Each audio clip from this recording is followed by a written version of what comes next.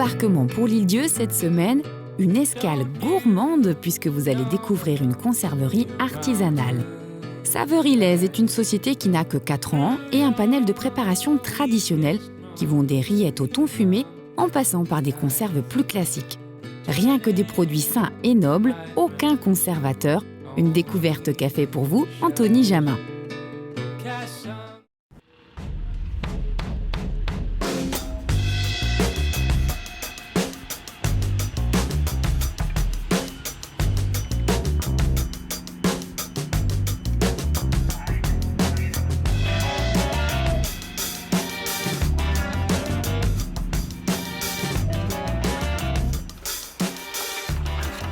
Régis est un ancien charcutier traiteur.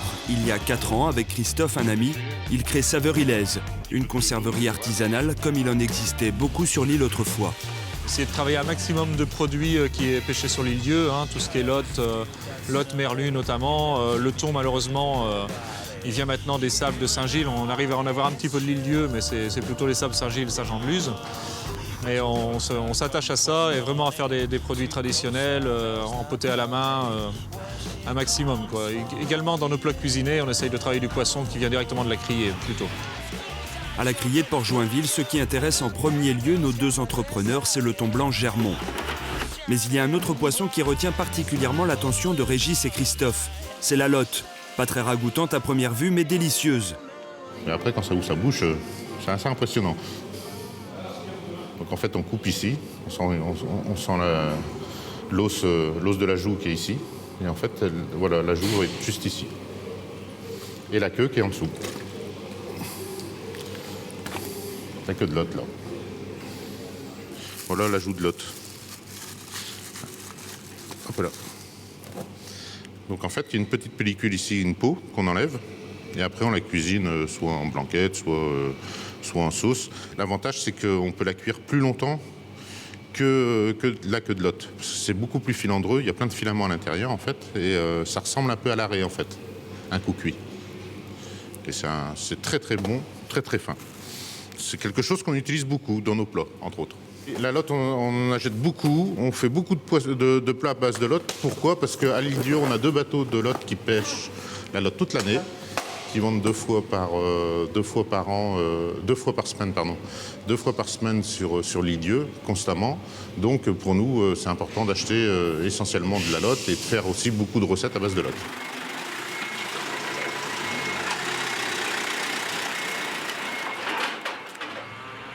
Très utilisé certes, mais toujours moins que le thon, la valeur sûre. Après la Seconde Guerre mondiale, le port de pêche de l'Île-Dieu est tout simplement le plus gros port français de pêche au thon.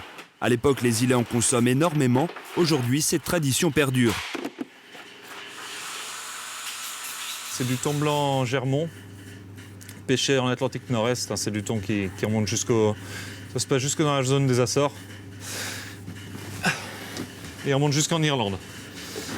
Parce que du thon blanc, on en trouve, il y a pas mal de variétés. On se trouve en Méditerranée, on en trouve à Fukushima. Et ça, c'est forcément du poisson ultra frais. Vu la sortie de congélation, il est ultra frais. C'est pas la période de pêche en fait. Ça se pêche de mi-juillet jusqu'à fin septembre, voire un peu plus tard, mais c'est la grosse période. Donc tout le reste de l'année, c'est du thon qui est stocké par un marailleur à la criée en congélation.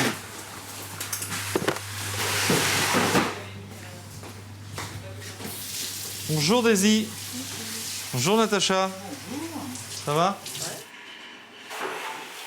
Le thon blanc Germont, c'est le plus gros achat pour Saveur-Ilaise. En été, Régis et Christophe peuvent écouler jusqu'à 1 tonne de thon brut. Mais attention, une fois la tête, la queue, la peau, les viscères et la bande de sang retirés, il ne reste que 50% du poids de départ du thon. Les 4 filets sur chaque animal sont levés. C'est ce qui va servir à préparer la spécialité locale, le thon fumé. Donc ensuite, toutes les parures, les belles parures un peu charnues, les talons, on les garde pour faire du thon naturel. Et toutes les parures un peu plus abîmées pour faire du pâté et de la rillette. rien ne se perd, tout se transforme. Les pâtés, les rillettes, c'est Natacha qui s'en occupe. Maquereau, thon, sardines. Ici, les recettes sont multiples, mais les règles de production restent les mêmes. Donc la rillette de thon, tout comme nos pâtés, c'est un mélange de gras de porc, de chair de thon brut, puis d'aromates, persil frais, oignons frais, échalotes. Voilà. Pas de produits déshydratés du tout dans le produit. Comme pour le thon fumé, on a fait dans la continuité de ce qui se faisait. Mais de toute façon, les recettes traditionnelles sur l'île-Dieu, il y a ce gras de porc qui sert de stabilisant. Hein, et puis, alors ça interpelle les clients qui viennent de l'extérieur, qui sont plutôt habitués à avoir des préparations à la crème notamment, où il faut quand même plus de stabilisant dedans pour faire tenir le produit. Parce que là, c'est vraiment le gras de porc qui sert de stabilisant et de liant, quoi. Et c'est vraiment traditionnel à l'île-Dieu, ces recettes au gras de porc. Donc la rillette est en train de cuire tranquillement. Et ici, elle est en train de nous préparer du pâté. Donc la différence entre les deux préparations, c'est que la rillette a une cuisson préalable avant l'empotage en bocaux et stérilisation derrière. Le pâté, on met le mélange cru dans le bocal, on ferme et c'est la stérilisation qui termine la cuisson. En filet à l'huile d'olive, en pâté, en rillettes, en miettes ou cru au naturel. Toutes les préparations sont donc effectuées sur place et sans aucun conservateur ni stabilisant, seulement grâce au gras de porc.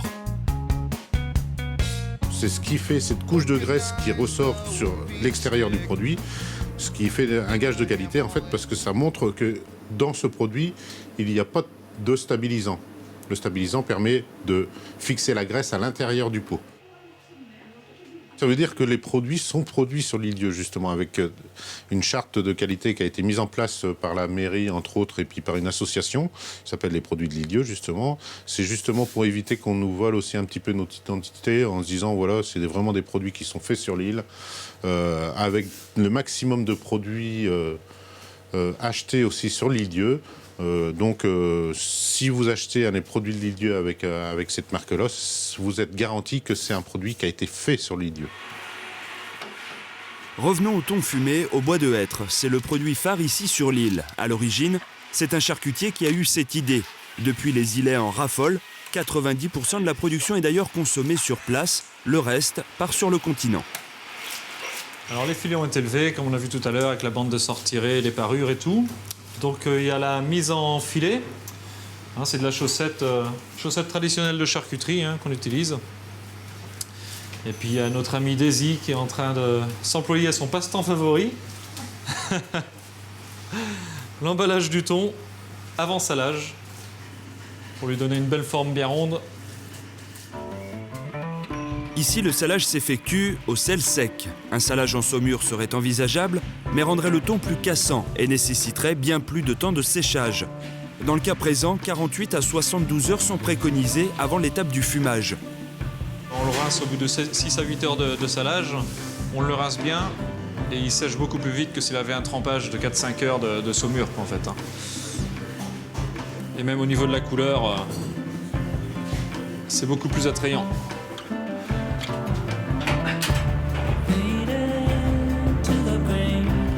Dans l'idée, il ne faut pas que les poissons se touchent du tout, pour que la fumée circule bien entre les filets.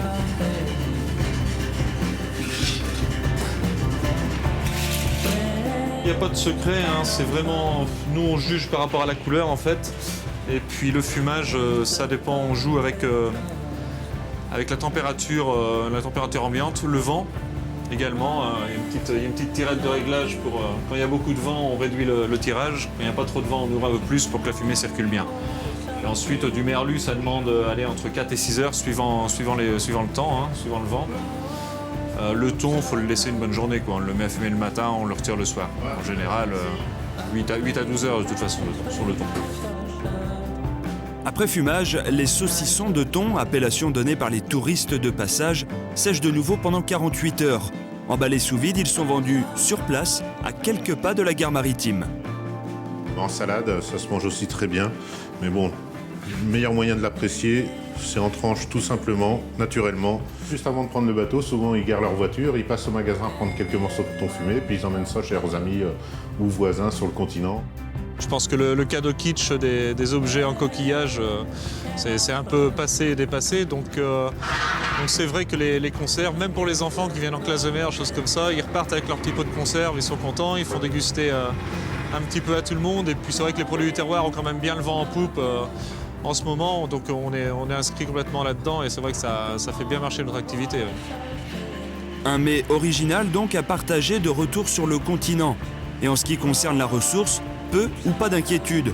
Contrairement au thon rouge, le thon blanc germon n'est pas victime de surpêche, ce qui devrait continuer d'offrir de beaux jours à Régis et Christophe pour le développement de leur conserverie artisanale.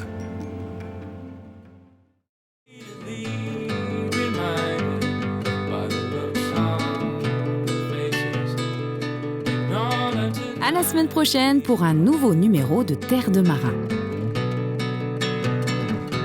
Catch some light.